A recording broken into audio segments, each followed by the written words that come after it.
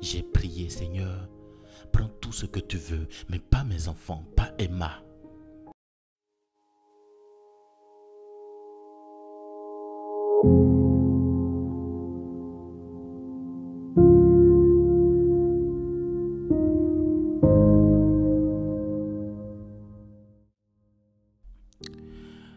Marie Dubois avait tout ce qu'une femme de 35 ans pouvait désirer. Un mari aimant, Pierre, pasteur d'une église florissante à Lyon. 3 enfants magnifiques. Emma, 12 ans, Théo, 9 ans et la petite Sophie, 6 ans. Une maison chaleureuse où les rires résonnaient chaque soir. Une foi solide, ancrée dans des années de service fidèle à Dieu. Marie dirigeait l'école du dimanche, organisait les repas pour les nécessiteux et priait chaque matin à 5h30 avant que la maison ne s'éveille. Les gens se disaient d'elle, si quelqu'un mérite les bénédictions de Dieu, c'est bien Marie. Mais parfois, la vie bascule en un instant. Et parfois, ce sont justement les plus fidèles qui traversent les épreuves les plus incompréhensibles. L'histoire que je vais vous raconter aujourd'hui est vraie. J'ai juste changé les noms pour protéger la famille. Mais chaque détail, chaque larme, chaque questionnement est réel.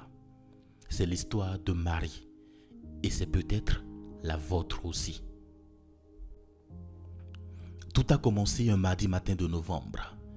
Pierre s'effondrait pendant qu'il préparait son sermon sur la fidélité de Dieu. Crise cardiaque massive à 37 ans. Aucun antécédent, aucun signe avant-coureur. Marie se souvient de chaque seconde de cette course folle vers l'hôpital, tenant la main inerte de son mari dans l'ambulance, priant avec une ferveur qu'elle n'avait jamais connue. Seigneur, pas maintenant, pas lui, pas maintenant. Nos enfants ont besoin de leur papa. L'église a besoin de lui. Moi, j'ai besoin de lui. Après 8 heures de chirurgie cardiaque, Pierre a survécu. Mais les dommages étaient importants. Plus jamais, il ne pourrait travailler normalement. Sa voix, autrefois puissante dans la chair, était devenue faible et incertaine. Je me souviens d'avoir pensé, d'accord Seigneur, c'est un test, tu vas nous montrer ta puissance, tu vas le guérir complètement. J'ai organisé des chaînes de prière, j'ai jeûné, j'ai déclaré sa guérison avec foi.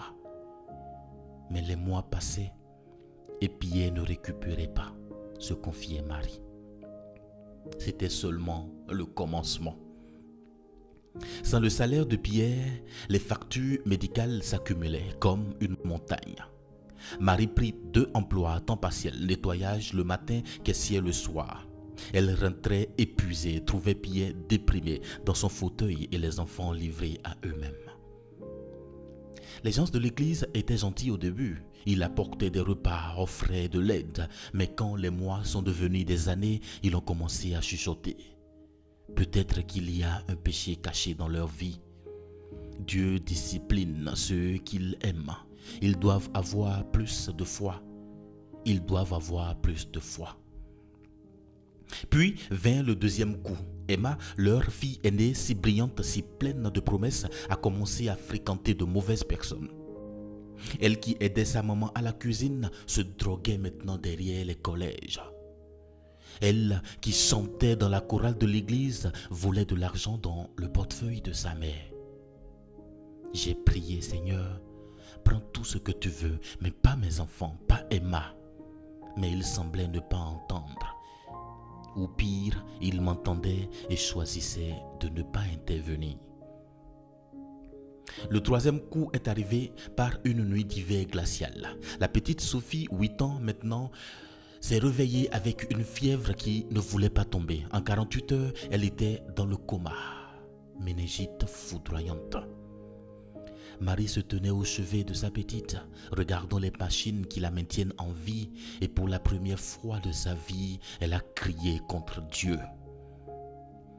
Pourquoi nous t'avons servi fidèlement, nous avons donné notre vie pour ton rayonnement. Pierre prêchait ta parole avec passion. Moi, j'aimais tes enfants comme les miens. Et c'est comme ça que tu nous récompenses en détruisant notre famille morceau par morceau. Cette nuit-là, Marie a fait quelque chose qu'elle n'avait jamais fait. Elle a arrêté de prier. Pour la première fois en 20 ans de foi, elle a tourné le dos à Dieu. Si c'est ça ton amour, a-t-elle murmuré dans l'obscurité de la chambre de l'hôpital, alors je ne le veux plus.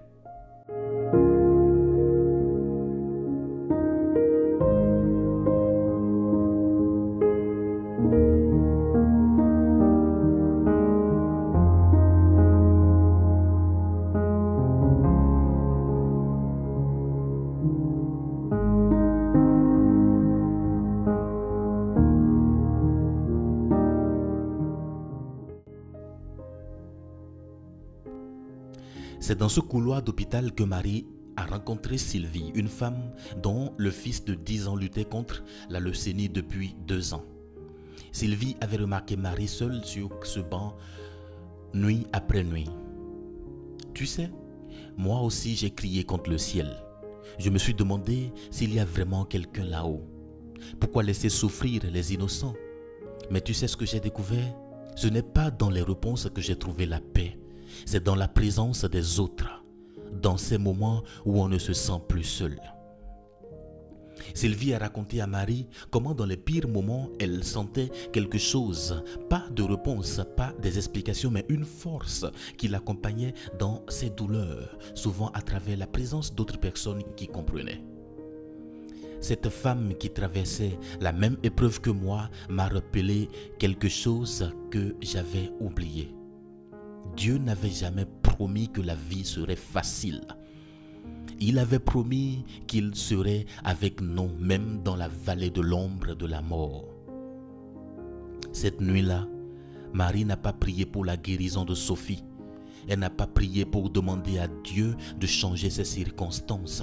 Elle a simplement dit, Seigneur, si tu es là, aide-moi à te sentir. Je n'ai plus la force de porter ça toute seule. 3 jours plus tard, Sophie a ouvert les yeux. Sophie a survécu, mais avec des séquelles. Elle ne marchera plus jamais normalement. Pierre n'a jamais retrouvé sa santé d'avant. Emma a eu besoin de 2 ans de thérapie pour surmonter son addiction. La famille Dubois d'aujourd'hui ne ressemble à rien de celle d'il y a 5 ans. Mais quelque chose d'extraordinaire s'est passé pendant cette transformation. J'ai réalisé que je servais Dieu pour ce qu'il pouvait me donner, pas pour qui il était. Ma foi était conditionnelle. Si tu bénis ma famille, alors je te servirai. Mais la vraie foi, c'est dire, même si tu ne me bénis pas comme je l'entends, tu restes mon Dieu. Pierre, avec sa voix affaiblie, est devenu un conseiller extraordinaire pour les personnes en dépression. Sa propre lutte lui donnait une empathie qu'il n'avait jamais eue de haut de sa chair. Emma, marquée par son expérience, dirige maintenant un groupe de soutien pour adolescents en difficulté. Sophie, avec des béquilles et son sourire radieux, apporte une joie pure partout où elle passe. Nous ne sommes plus la famille parfaite que nous étions. Nous sommes quelque chose de différent. Nous sommes une famille réelle, marquée par la souffrance mais transformée par la grâce. 5 ans après cette première crise cardiaque, Marie comprend enfin quelque chose que toutes ces années d'école du dimanche ne lui avaient pas enseigné. Dieu n'a pas causé nos souffrances pour nous punir, non. Mais il ne les a pas empêchés non plus. Pourquoi? Parce que dans un monde brisé, la souffrance fait partie de la condition humaine. Mais voici ce que j'ai découvert. Dieu ne nous laisse jamais souffrir seuls. Marie raconte comment, dans chaque moment sombre, il avait eu une présence.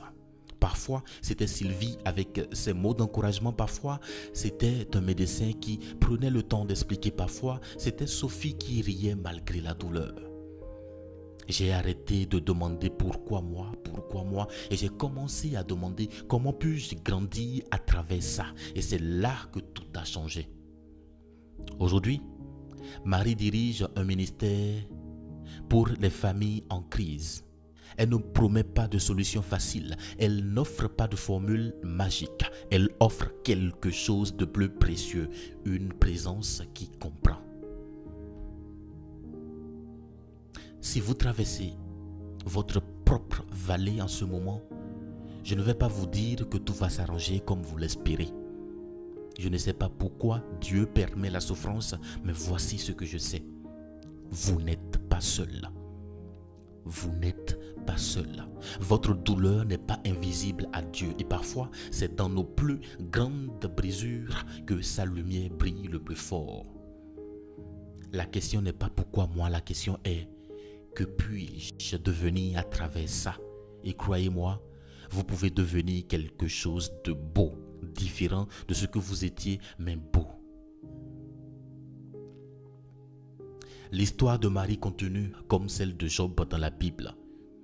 Elle n'a pas toutes les réponses, mais elle a quelque chose de plus précieux. Elle a appris à faire confiance au caractère de Dieu, même quand elle ne comprend pas ses voies. Et peut-être que c'est là toute la leçon.